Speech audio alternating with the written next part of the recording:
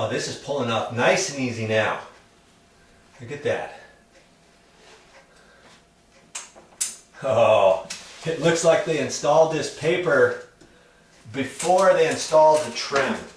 Okay, so in that case, instead of just ripping it, take a sheetrock knife or a razor blade or something and just lightly score it down here. Okay, you don't want to do it too much. Peel that right off. There it is. Now on this, if you take it off in big pieces, just fold it over. It only takes a minute to do that. That way as you drop it down on the floor, it doesn't get the paste all over the place. Okay? There. Now what I can do is I can take a sponge and just sponge this down for right now a little bit, and see in certain areas you'll see where the paste was, and you can clean some of that off. And you'll have to decide, you know, what you're going to do next to your wall. Are you going to paint it exactly how it is with the smooth wall finish? Is the rest of your house smooth wall finish? Maybe it's not. Maybe it's got texture. Now the ceiling has a spray texture, or actually a skip trowel knockdown.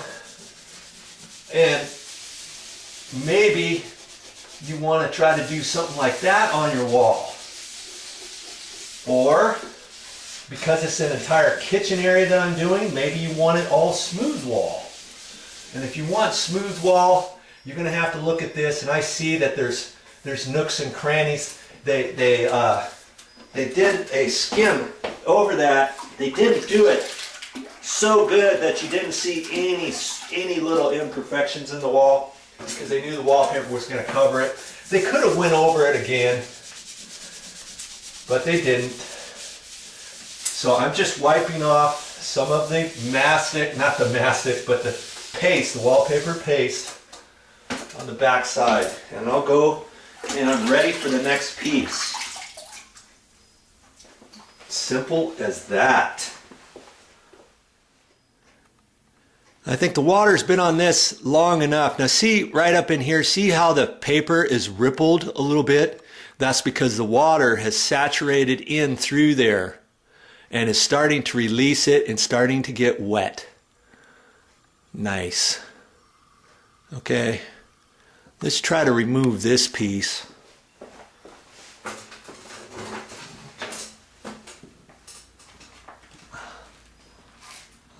It's still catching over here in the corner. Well, if it does, just try to get in there a different way. If you can get most of it,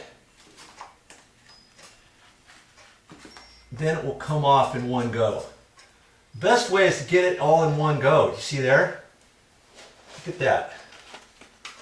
Ah, somebody cut it right there. And they pieced it together, because I didn't cut that. Okay, take the putty knife and just wedge it back in there just a little. And try to get it all in one go.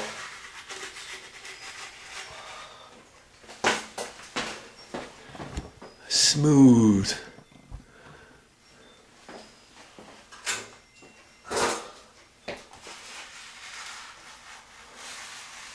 You didn't know your wallpaper could be removed that easy, did you? Starting to rip right there. Oh, there's a screw. There's a screw back in there. Okay. Once you get enough water on there, it releases. You see there? Bonito. And you can take your scouring pad and just kind of loosen up the glue, the wallpaper paste. You know, a bit before you sponge it down. And that will help.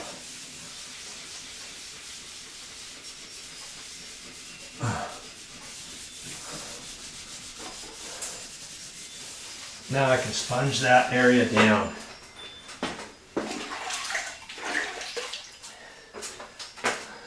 Just sponge that down, and at this point you can kind of take a look at your existing wall surface now and see kind of what's going to have to happen next. If you're going to paint it, or you're going to re-wallpaper it, or texture it, skim it, whatever. Okay? But don't concern yourself too much with trying to do anything right now except remove the wallpaper, remove some of the paste that was on the back of the wallpaper, and sponge it down.